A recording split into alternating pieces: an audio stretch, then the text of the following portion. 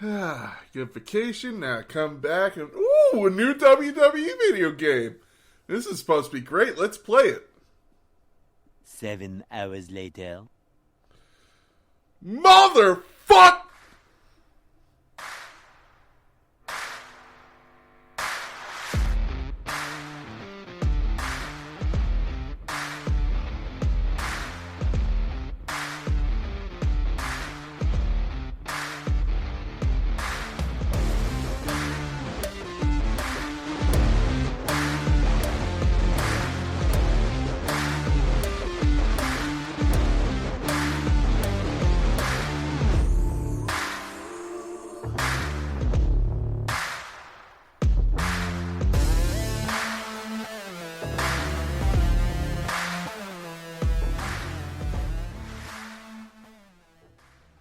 How's it going, everybody? I'm the big guy. I am the best there is, the best there was, the best there ever will be. There has been no one before me. There has been no one after me. Therefore, I am the one and only Jake Covey, big guy. And welcome to Wrestling Made Simple. We got a good week for you this week. We got the news followed by your Smackdown and Raw reviews. Then a review of WrestleMania 29. Then going into the WrestleMania cards I look at. And then we actually have a video game review for the first time ever on this podcast, the WWE 2K22 review. That's why I made that little spoof at the beginning there. So we got that going. Then we got your WWE Drink of the Week, followed by a reading from the Book of Rules. And then finally your Battle Droid of the Week. But let's get into it, ladies and gentlemen, with the news this week. First off, kicking it all off, shout out to Vader, the newest WWE Hall of Famer. This man deserves it as much as anyone. I'm sure The Undertaker will attest to that. I'm sure everyone will attest to that. This man worked hard. He changed wrestling history. And if it wasn't for him being a little unprofessional, apparently Shawn Michaels being a little unprofessional, he would have been a WWE champion. This man deserved to be in the Hall of Fame when he was alive, and it sucks he's going in post-mortem. Sucks that we lost him so young. I believe he was only in his 50s, if not his early 60s. But still, I wish he was still with us. Amazing wrestler. And congratulations to Vader and his family on this honor of going into the Hall of Fame. And speaking of the Hall of Fame, is a legendary tag team going in and someone settling their huge differences with WWE, as it is reported that the Steiner Brothers may be going in to the WWE Hall of Fame, which would be shocking. As many of you know, Scott Steiner has had a feud with WWE ever since his run against Triple H after WWE bought WCW. He had a match with him at the Royal Rumble, then had a match with him, I believe it was No Mercy, I believe it was, and then he was supposed to have a match with him at WrestleMania 19, Triple H and Scott Steiner, but the two matches before were so bad, Triple H no-sold a lot of it. He kind of sandbagged a little, but it also went to show that Scott Steiner really is more of a kind of Goldberg wrestler of he's better in shorter matches than he is in longer matches, and he has been very critical of the company ever since. He has been very openly mouthed against how the company screwed him over in his run with WWE. But apparently him and his brother might be going into the WWE Hall of Fame, which I can completely agree with. They were an amazing tag team, and I believe Scott Steiner should also go in solo, especially with the run his nephew is having. I believe he is Rich Steiner's son, Braun Breaker. He is having a great run with the company right now as the NXT champion, and apparently, even though he might lose that championship later tonight against Dolph Ziggler, he will win it back at WrestleMania weekend, where he will have a very nice, lengthy run with it. So, shout out to the Steiner Brothers if it is true, but that all comes down to two people, Scott Steiner, because I'm sure Rick Steiner has no problem with it. He was even at NXT when his son won the NXT championship, so I'm sure he has no problem with WWE at all. And it comes down to Scott Steiner and the big man, Vince McMahon, and that leads us into our final story. Is Vince McMahon still going to be involved in a WrestleMania match? The dirt sheets say yes. The dirt sheets say that Vince McMahon will be involved somehow in the WWE match between Austin Theory and Pat McAfee, which I could easily see that happening. Maybe he'll be like a special guest referee. Maybe he'll just be in the corner of Austin Theory, or maybe he'll just be at ringside. I don't know what his capacity is going to be, but that is the apparent talk that he will still be involved. But with all that being said, let's get on to your Smackdown review. Now, I did not watch this. This was the first time I've ever watched WWE outside of America because I was not in the country for this. I was in Jamaica. I know I'm not trying to brag, but it was just a cool little thing to actually say, okay, I got to see this very differently from a different TV standpoint.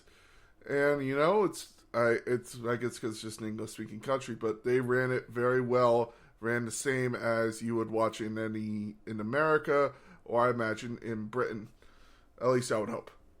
But it was a very good show. I really enjoyed this week's SmackDown. It kicked off with the Intercontinental match between Ricochet and Sami Zayn for the Intercontinental Championship. Johnny Knoxville would come out halfway through the match and would cost Sami Zayn the Intercontinental title. That's right, we have a new Intercontinental Champion in Ricochet. I can't tell you how excited I am for that. That man deserves that and then some, god damn it. He deserves every run they could possibly give him. Ricochet is one of the best in the company. He is one of the best in the world at what he does. I have no problem saying that. I've watched him his whole career. And unbelievable performer. Ricochet, you deserve this, and I hope you carry that tail going into WrestleMania. I don't know who you'll defend it against, but goddamn, you better defend it against someone good that can match your speed. I would love to see a great Intercontinental Championship match. Maybe we'll get a ladder match. Just some random guys throw in there and have Ricochet win a nice little ladder match with his high-flying ability. I would love to see that one. We then got a backstage interview after the match. Sami Zayn flipping his shit, challenging Johnny Knoxville to a match at WrestleMania. Johnny Knoxville answered. Johnny Knoxville said, I accept. So we have another match on the WrestleMania card, ladies and gentlemen. It's starting to fill out, and I'm excited. After this, we got Naomi versus one half of the women's tag team champions, Carmella. And Naomi was able to pick up the win. We then got Drew McIntyre versus Jinder Mahal. Prior to the match, Happy Corbin and Madcap Moss made jokes. And that after the match, Drew sent a warning that at WrestleMania, it will be the last laugh and Corbin will be done. Drew McIntyre picks up the win over his former 3MB member, Jinder Mahal, which was actually a feud Drew McIntyre wanted to have when he was WWE Champion. Just wanted to point that out. That's a fun one to me. After this, we got Shinsuke Nakamura and Rick Boogs coming out, but they were attacked by the tag team champions, the Usos. Roman then turned to his tribal chief, turned to his special counsel, and I love this, by the way. I love Roman's nickname for Paul Heyman, of him just looking at him and going, wise man. What is the thing? He looked at him and said this. He goes, wise man, what is that thing you always say? It's not a prediction, it's a spoiler. And he asked, should we give the world a spoiler for WrestleMania? And sure enough, Roman Reigns predicted he will beat Brock Lesnar at WrestleMania to become the unified WWE champion. And that is not a prediction. That is a spoiler. And that was a very cool thing. I love this heel Roman Reigns. I love him as not just a heel, but as a Paul Heyman guy. When they first came out, I wish I had a camera on my face with it. I would have loved, because my reaction, I remember I was sitting in my chair. I always watch on my laptop because I'm usually playing video games because I have terrible ADHD as I watch WWE. And it was just, I remember my jaw dropping and waking up every neighbor around me as I yelled, "Is Roman Reigns a Paul Heyman guy?" I just yelled, "Roman Reigns is a Paul Heyman guy." So him as a Paul Heyman guy is amazing to me. I love it. I love him with Paul Heyman. After this, we got a tag team match where the Usos defeated the Viking Raiders to retain their SmackDown Tag Team Championships in a very nice little match. I enjoyed it. We then got a segment between Sheamus and Ridge Holland and the New Day, in which Sheamus and Ridge Holland stole and destroyed the ATV from the New Day. That was a little thing that I thought was a little fun. It didn't need to really be. It could have been a backstage online segment, but you could tell they needed to fill a little time. We then got Johnny Knoxville accepting Sami Zayn's challenge for WrestleMania as he was being reviewed by Caleb Braxton. And finally, in your main event, we got Ronda Rousey handily defeating Sonya Deville in her SmackDown debut. This was her first ever match on SmackDown, ladies and gentlemen. After this, Charlotte Flair tried to attack Ronda Rousey, saying she is a one-trick pony and all she has is the armbar, and Charlotte could easily break it. But Ronda Rousey pulled out a little trick from her old tag team partner Kurt Angle with an ankle lock. I guess she has a little more than just the armbar now, doesn't she, Charlotte?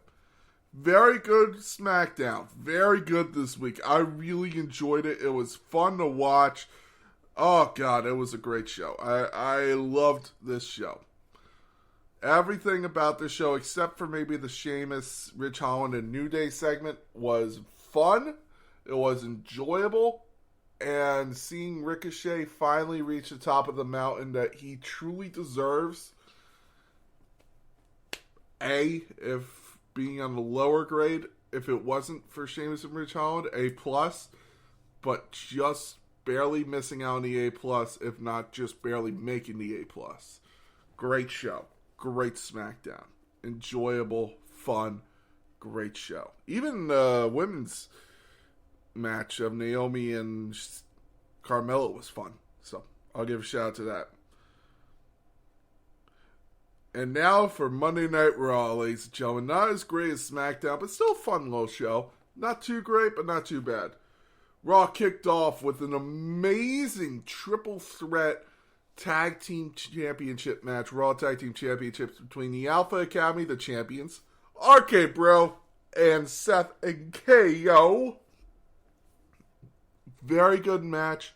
One thing I loved was that they threw the old match rules out the window and just said, hey, one person from every team is legal in this match. You can always tag in your partner, because that always pissed me off of just, you said random people tagging in of like, oh yeah, technically she's legal, but now she's legal or he's legal because he tagged someone who wasn't on his team, but now he's in for his team. That always pissed me off. So this was a very cool thing for WWE to do, in my opinion. This was a 47-minute segment, 3 commercials. Oh, goddamn, it was a great match, too. RK Bro picks up the win. RK Bro are your new Raw Tag Team Champions. After the match, Randy Orton said, I've been doing this for 20 years, and I'm going to say something I've never said. I'm going to say the F word. I immediately knew it wasn't fuck, because Randy Orton has said fuck on the air. He has flipped off the crowd. He has done a lot of shit on air. He then looks at Riddle and says, this man is my friend. And I could truly say that out of everyone in the back,